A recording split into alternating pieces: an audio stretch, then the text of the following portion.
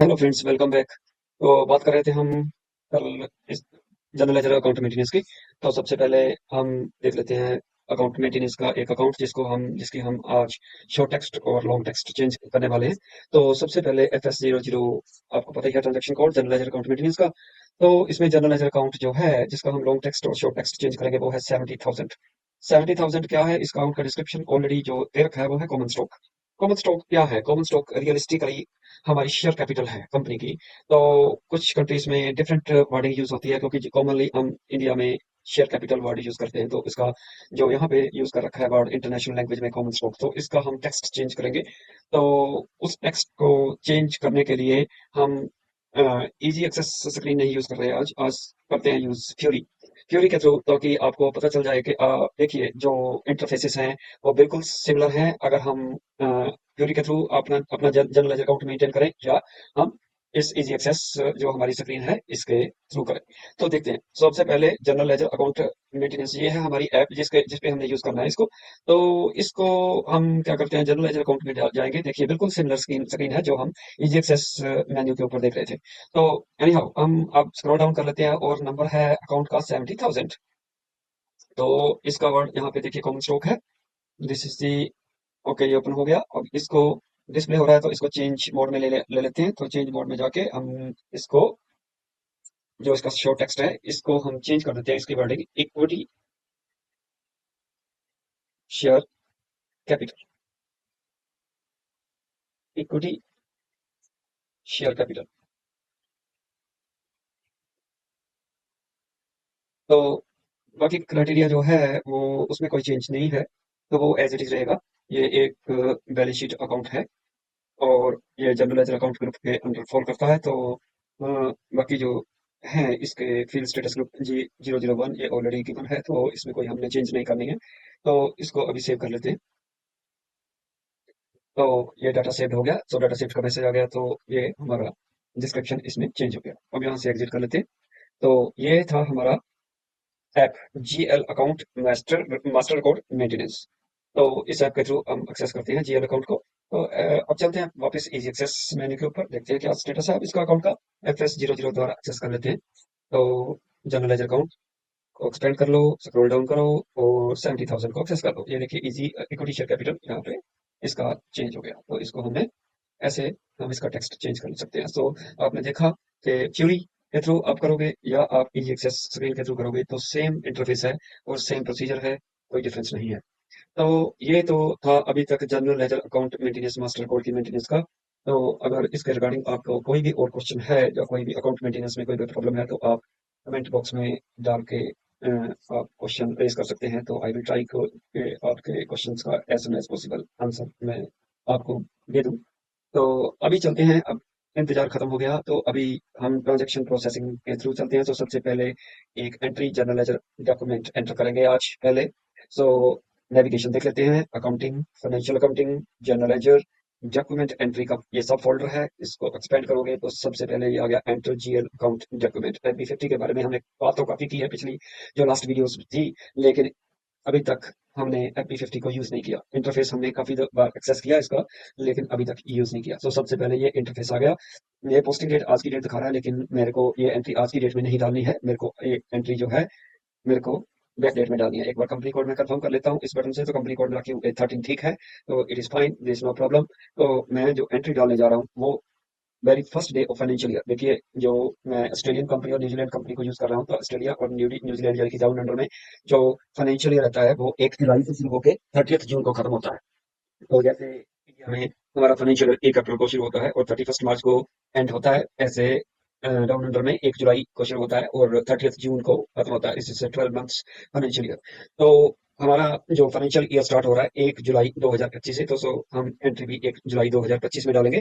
तो यहाँ पे मैं डेट चेंज कर देता हूँ, 1 जुलाई 2025 हो गया।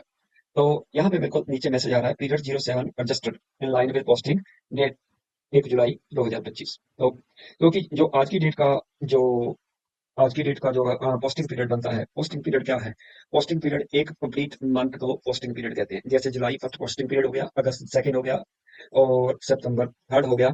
ऐसे हमारा जो 30 जून 2026 होगा वो हमारा 12th यानी कि 12वां जो है वो पोस्टिंग पीरियड होगा। ऐसे 12 पोस्टिंग पीरियड होते हैं और इसके अलावा 4 स्पेशल पीरियड भी होते हैं। वो हमारी जो ईयर एंड की जो एडजस्टमेंट्स होती हैं उनको करने के लिए एक्स्ट्रा 4 स्पेशल पीरियड भी मिलते हैं एसएपी में। तो ऑल टुगेदर 16 पोस्टिंग पीरियड होते हैं। तो ये मेरे को मैसेज आ रहा है कि 1 जुलाई 2025, क्योंकि आपने डेट चेंज कर दी इसलिए जो पोस्टिंग पीरियड 07 था, जो करंट पोस्टिंग पीरियड 07 चल रहा है, उसको इसको एडजस्ट करके इसने फर्स्ट पोस्टिंग पीरियड में एंट्री करने जा रहा है।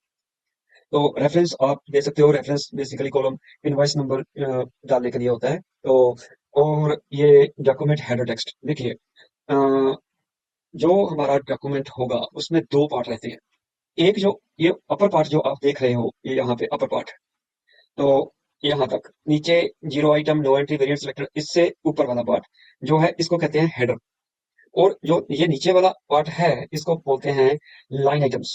तो हेडर जो है, हेडर एक पार्ट हो गया और एक लाइन आइटम्स का पार्ट हो गया, तो दो हिस्सों में बटा होता है ये इंटरफेस।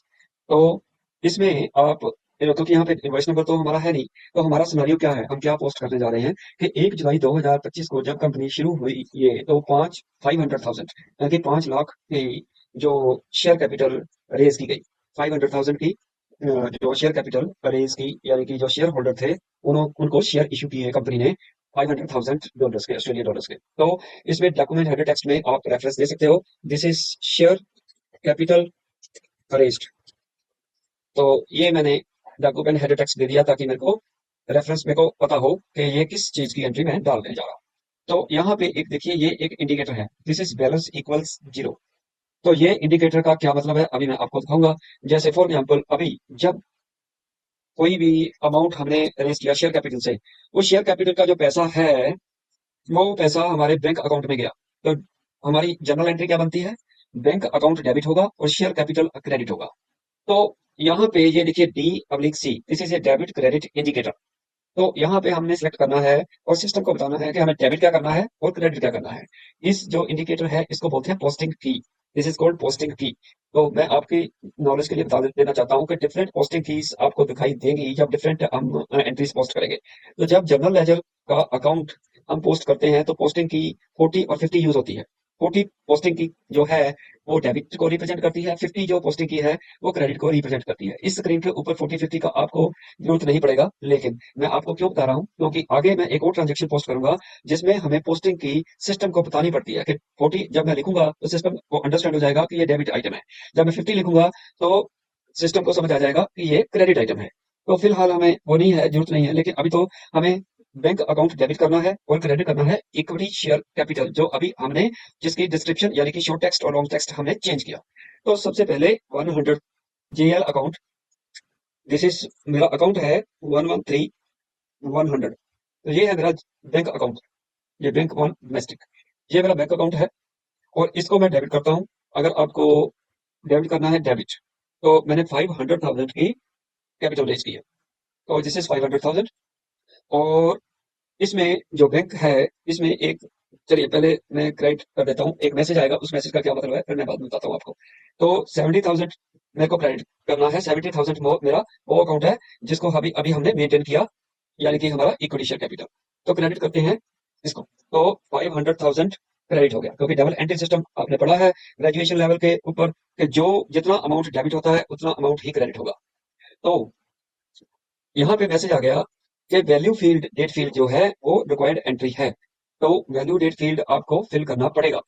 तो value date field, value date क्या होती है, अगर कोई पर्टिकुलर ट्रांजेक्शन मान लीजिए किसी ने, हमारे शेयर होल्डर्स ने हमारे अकाउंट में ट्रांसफर किया, तो जब ट्रांसफर अमाउंट हुआ 1 जुलाई को, तो वहां हमारे अकाउंट में किस डेट को क्रेडिट, मान लीजिए किसी ने 30 जून 2025 को 8 बजे, रात को 8 बजे किसी ने हमारे अकाउंट में ट्रांसफर किया, तो क्या वो 30 जून की ट्रांसफर एंट्री मानी जाएगी हमारे अकाउंट में या 1 जुलाई की? तो नेचुरली हमारे, हम तो 1 जुलाई में पोस्ट करने जा रहे हैं, तो वैल्यू डेट हम 1 जुलाई में ही उसको कंसिडर करेंगे अपनी बुक्स में। तो हमारी बुक्स में ये 1 जुलाई को ही एंट्री कंसिडर होगी, ये है वैल्यू डेट।